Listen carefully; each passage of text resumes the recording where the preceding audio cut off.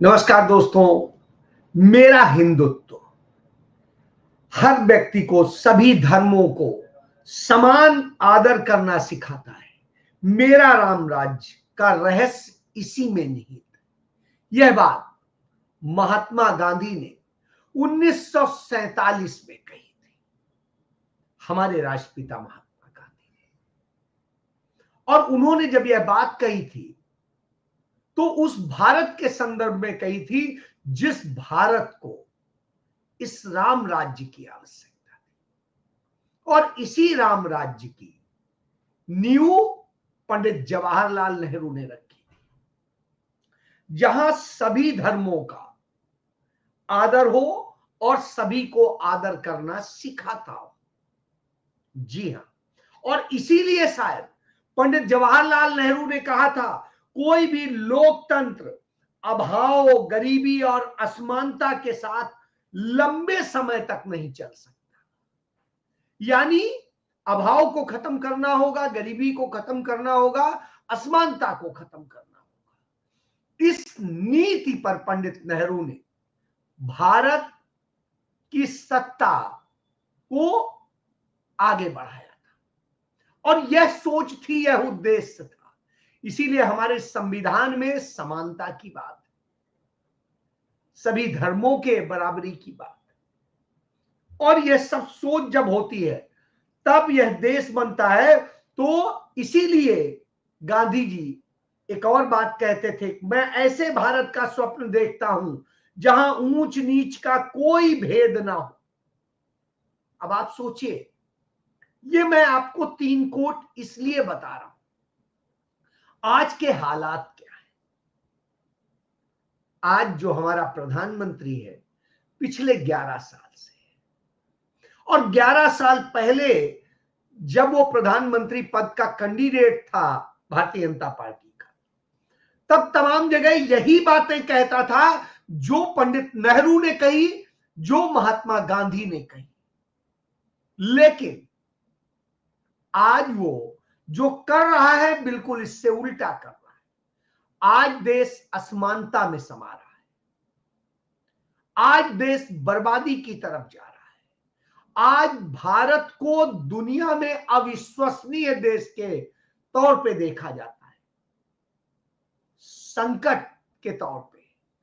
हमारे देश का प्रधानमंत्री नरेंद्र मोदी आज पनौती हो गया है इस देश के लिए, इस देश के युवाओं के लिए, इस देश के तमाम परिवारों के लिए, क्योंकि वो सिर्फ चंद पूंजीपतियों के एजेंट के तौर पे काम करता है। शायद यही वजह है कि भारत के इतिहास में सबसे ज्यादा 50 साल का जो रिकॉर्ड मौजूद है, उस रिकॉर्ड में सबसे ज्यादा बेरोजगारी इस वक्त में, और इतनी बड़ी बेरोजगार आबादी हो जिस देश में, सोचिए कितना चिंताजनक है। यानी भारत का भविष्य अंधकार में ढकेल दिया है। और जब अंधकार में हो तो कोई भी व्यक्ति कहेगा इस अंधकार से तो मुक्ति मिलनी चाहिए, रोशनी होनी चाहिए। तो रोशनी होगी कैसे? इसके लिए सोचने, करने, दूरदर्शिता की जरूरत है। इसके लिए वह नीतियां लाने की जरूरत है, योजनाएं लाने की जरूरत है। योजना आयोग का नाम बदल के नीति आयोग कर देने से नहीं होता है, उसके लिए काम करना होता है। एक देश एक टैक्स की बात बोलना आसान है, लेकिन वो किया नहीं जाता है। जीएसटी के नाम पे इतने स्लैब बना दिए जाते हैं कि आप उसी में फंसे रह जाए। कमाई कौन करे? सीए करे। इसी तरीके से कमाई कौन करे इस देश में? अडानी अंबानी करे। आपके उद्योग बंद होंगे। भारत के 38 लाख एमएसएमई के उद्योग बंद हो गए, 38 लाख। और एक उद्योग में 6 से कम काम लोग नहीं करते हैं। 6 आदमी से लेके 20 आदमी तक काम करते थे। यदि आप औसत में मिनिमम भी जोड़ लीजिए, 6 जोड़ लीजिए, तो आप सोचिए कितने परिवार इससे पलते। और आज आपने क्या कर दिया? आज आपने देश को न्यू ला के फंसा दिया है, इस संकट की घड़ी में ला के फंसा दिया, आपकी सोच में नहीं। एक समय में मेरे घर में भी तमाम सारे अफसर हैं, और जब वो पढ़ के निकले, काबिलियत के साथ उन्होंने एग्जाम दिए और सेलेक्ट हुए, तो वो कहीं अपॉइंटमेंट लेटर लेने नहीं गए थे, घर में डाकिया लेके आया था। और डाकिया लेके आता था, मेरा खुद का भी डाकिया ही लेके आया था। और डाकिया जब लेके आया, तो अब आप सोचिए कि उसके बाद में उसी को ही एक बख्शीश वो कहता था, अरे वो आया है, बख्शीश दी जाती थी खुशी में, चलो तुम भी मिठाई खाना। और आज क्या स्थिति हो रही है? आज साहब अपॉइंटमेंट लेटर देने के लिए लाखों करोड़ों रुपए खर्च करके आयोजन किए जाते हैं, नेताजी बड़े बड़े वो करके, और वहां से अपॉइंटमेंट लेटर ऐसे बांटते हैं जैसे वो भीख दे रहे हो, हमारा तो कोई योगदान ही नहीं है, और वो दे के हम पे एहसान कर रहे हो, उस तरह नजर आता है। तब आता है तरस अपने पे, क्या हम में कुछ काबिलियत है जो हम ये लेटर लेने आए? लेकिन साहब ऐसे आयोजन हो रहे हैं, ये क्यों हो रहे हैं? क्योंकि देश के अंदर सब खत्म कर दिया, विजन नहीं है। आप देखिए, यही अंतर है राहुल गांधी में और नरेंद्र मोदी में। राहुल गांधी देश के प्रधानमंत्री नहीं है, नेता प्रतिपक्ष हैं जिसके हाथ में कोई अधिकार नहीं होता है, लेकिन उनके हर जन्मदिन पर वो एक जॉब फेयर लगवाते हैं, और वो युवक कांग्रेस और एनएसयूआई लगवाते हैं, और उसमें तमाम देश के कंपनियों को आमंत्रित किया जाता है, दुनिया की कंपनियों को आमंत्रित किया जाता है कि योग्य युवाओं को रोजगार मिल सके, जिसे जॉब फेयर कहते हैं। इस बार भी 19 जून को लग रहा है, और उसमें नौकरी दिलाने की कोशिश की जाती है ज्यादा से ज्यादा लोगों को। अभी जब मैं आपसे बात कर रहा हूं, तब भी 20,000 से अधिक लोग इसके लिए रजिस्टर हो चुके। अब आप सोचिए, यदि इनमें आधों को भी नौकरी मिल गई तो 10,000 परिवार चलेंगे, 10,000 परिवारों का भविष्य सुधरेगा, संभलेगा। तो यह स्थिति, ये देने की नियत कहलाती है, और यही नियत तो पंडित नेहरू ने दी थी। लेकिन यहां आपका सब निकाल लेने, छीन लेने की नियत, कभी टैक्स से, कभी कुछ, कभी कुछ। और इसी का नतीजा है कि अभी एक रिपोर्ट आई, और वह रिपोर्ट जो थी, उस रिपोर्ट में बताया गया कि किस तरह से भारत में यह हालत हो गई है कि भारत के लोग अपना खर्च चलाने की स्थिति में नहीं, और उनकी जो स्थिति है उसमें वो अपने घरेलू खर्च चलाने के लिए कर्ज ले रहे हैं। अब आप सोचिए, घर चलाने के लिए उधार लेना पड़ रहा है। यह खबर है, आप पढ़ लीजिए, यह रिपोर्ट है। आज लोगों की उधार के सहारे चल रही है जिंदगी, सेविंग्स यानी बचत घट रही है, देनदारियां बढ़ रही हैं। घरेलू बचत पर 2015 के 32.2% से घटकर वित्त वर्ष में 2024 में 30.7% रह गई, यानी इतनी बुरी स्थिति में हो गई। आप बताइए, जीडीपी के 6.2% तक पहुंच गई देनदारियां, जितनी जीडीपी की है उस तरह से पहुंच जा रही है। और कारपोरेट सेक्टर में लगातार जो लगाम लग रही है, सरकार उसे निर्धारित कर रही है अपने ढंग से, उसके कारण सारी चीजें हो रही, यानी कोई और नहीं, खुद सरकार दोषी। और जब सरकार दोषी हो तो आप कहेंगे क्या करें? तो सरकार असल में आपको इसी तरह रखना चाहती है, और इसके लिए जुटी हुई, क्योंकि हर मोर्चे पे फेल है। तो जब फेल है तो वो क्या करती है? तब वो करेगी कि विपक्षी नेताओं को बदनाम करो, किसी और को बदनाम करो, और उसके लिए खेल किया जाता है, उसके लिए भ्रष्ट अफसरों का इस्तेमाल किया जाता है। मैं भ्रष्ट क्यों कह रहा हूं, आप देखिए, आपको एक खबर दिखाता हूं। एक ये खबर है, ये भी आप देख लीजिए।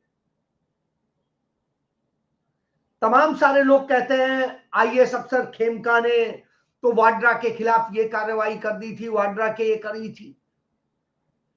आप ये समझ लीजिए, इस खेमका के खिलाफ और संजीव वर्मा के खिलाफ केस दर्ज था कि उन्होंने हरियाणा वेयर हाउसिंग में नियुक्तियों में धांधली की, और इसमें जो भाजपा के समय में चीफ सेक्रेटरी, उन्होंने इसके खिलाफ जो चार्जशीट, पूरे आरोप आ गए, चार्जशीट बन के फाइल हुई, लेकिन उस चार्जशीट को अदालत में फाइल करने से रोक दिया गया सरकारी आदेश के जरिए, उसकी अप्रूवल नहीं दी गई जांच की। अब आप सोचिए, यदि आपको यही बेसिक कार्रवाई करने की अनुमति नहीं दी जाएगी तो कैसे पता चलेगा? यह उपहार दिया गया है कि आपने वाड्रा के खिलाफ जो किया था उसका यह लाभ है। ऐसे अफसरों को ईमानदार दिखाया जाता है। मैं इसलिए कह रहा हूं कि मैंने खुद 26 अक्टूबर 2012 को एक खबर लिखी थी, Khemka's order of publicity stunt, Vadra case registry within rule. तो अब आप सोचिए, जिस रजिस्ट्री पे उसने सवाल उठाए थे वो विद इन रूल थी, और इस बात को लेके मैंने सबूतों समेत सारी बातें उस समय कही। लेकिन जो हालत करी इन लोगों ने, बदनाम किया, क्योंकि उसके सहारे गांधी परिवार को बदनाम कर रहे थे। गांधी नेहरू परिवार को बदनाम करेंगे तो सत्ता बदल लेंगे, और अभी भी वो चीज छोड़ नहीं रहे। जब जब चुनाव आता है और सब आता है तो वाड्रा को ईडी तलब करने लगती है और सब कुछ करती है। वैसे कुछ है नहीं, कोर्ट में भी कह चुकी, कुछ नहीं मिला, फिर भी परेशान करती। अभी उनकी बेटी को ग्रेजुएशन की डिग्री मिलनी, तो प्रियंका गांधी और वाड्रा को वहां जाना है बेटी के विदेश, और विदेश जाना था तो साहब फिर ईडी का आ गया। अब वो फिर हाई कोर्ट गए, हाई कोर्ट से परमिशन मिली, तब कहीं वो जाके गए तो भी उनको वो कर रहे हैं। तो उनका, चलिए मैं आपके साथ वीडियो कॉन्फ्रेंसिंग के जरिए जुड़ जाऊंगा।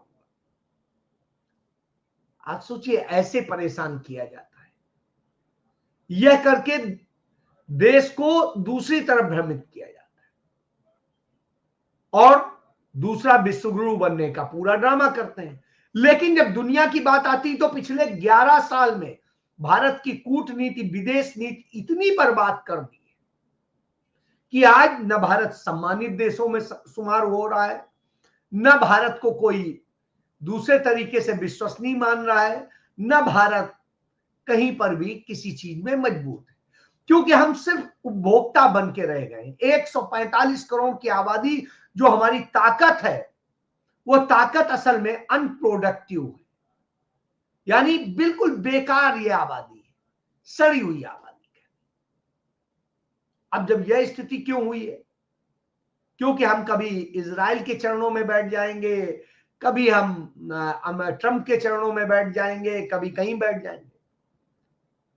महात्मा गांधी ने 1938 में कहा था, अपने हाइजन में लिखा था कि फिलिस्तीन उतना ही अरब के लोगों का देश है जितना फ्रांसीसियों के लिए फ्रांस और अंग्रेजों के लिए इंग्लैंड है, भारतवासियों के लिए भारत है। तो अब आप समझिए, जब यह बात कही थी तो ऐसे ही नहीं कही थी, सोच के कही थी। पंडित जवाहरलाल नेहरू ने जब इजराइल को देश बनाने के लिए अमेरिका पूरी साजिशें रच रहा था, उन्होंने उसको स्वीकृति नहीं दी थी। बहुत समय बाद जब उसे तमाम देशों ने मान्यता दे दी, तब आखिरी में भारत ने दी। भारत उसके पक्ष में नहीं था, और यही वजह है कि जब जब पाकिस्तान से हमारी लड़ाई होती थी, हमारे साथ यासिर अराफात खड़े होते थे, जो फिलिस्तीन के सबसे बड़े नेता। ईरान हमारे साथ खड़ा होता था, लेकिन नरेंद्र मोदी ने पेगासस खरीदने के लिए, असलहे खरीदने के लिए और अडानी का बिजनेस चलाने के लिए, हाइफा पोर्ट दिलाने के लिए उन्होंने भारत की इज्जत गिरवी रखी। आज यह स्थिति है, भारत कहीं पर भी विश्वसनीय हालत में नहीं है। संयुक्त राष्ट्र संघ में प्रस्ताव आया, भारत भाग खड़ा हुआ, उसमें वोटिंग नहीं करी। इसी तरीके से जब जब जहां प्रस्ताव आए भाग लिया। इससे भारत की भगोड़े जैसी छवि बन गई। भारत को बड़ा उपभोक्ता देश होने के कारण तमाम चीजों में बुला लिया जाता है। आप इसका ये देखिए, कनाडा में जो G7 की मीटिंग हो रही है उसमें बुला लिया गया विशेष आमंत्रित सदस्य। वहां पर भारत को एक प्रकार से अपमानित किया जा रहा है। पीछे की पंक्ति में ऐसे खड़ा किया जा रहा है जैसे कोई सड़ा सा देश खड़ा हो। यह स्थिति कर दी है। ट्रंप लिफ्ट नहीं दे रहा है, हमारा प्रधानमंत्री पीछे पीछे भाग रहा है। आप बताइए, इतनी बेइज्जती हो रही हो और उसके बाद लोग कहें विश्व गुरु है। उस कारण से हमारे यहां रोजगार खत्म हो रहा है, सब कुछ खत्म हो रहा है। जैसा मैंने बताया, MSME सेक्टर बंद हो गए, दूसरे और तमाम है, सरकार में भर्तियां नहीं हो रही हैं, निकल नहीं रही हैं, या पद खत्म हो रहे हैं, या आउटसोर्स रखे जा रहे हैं, कॉन्ट्रैक्ट पे रखे जा रहे हैं, खत्म है, भविष्य ही खत्म। अब आप सोचिए, ना आपका देश में भविष्य, ना देश के बाहर भविष्य, क्योंकि कूटनीति भी खराब कर दी, ज्ञान का अभाव है। योजना आयोग का नाम बदल के नीति आयोग कर देंगे, लेकिन योजनाएं तो बना नहीं पाते हैं, तो नीति आयोग कर दीजिए, उससे क्या फर्क पड़ता है। तो भारत को न्यू ला के खड़ा कर दिया, बड़ी मुश्किलों से बनाया था, बहुत मेहनत की गई थी इसे बनाने में, जो बना के खड़ा किया वो इन्होंने बर्बाद कर दिया।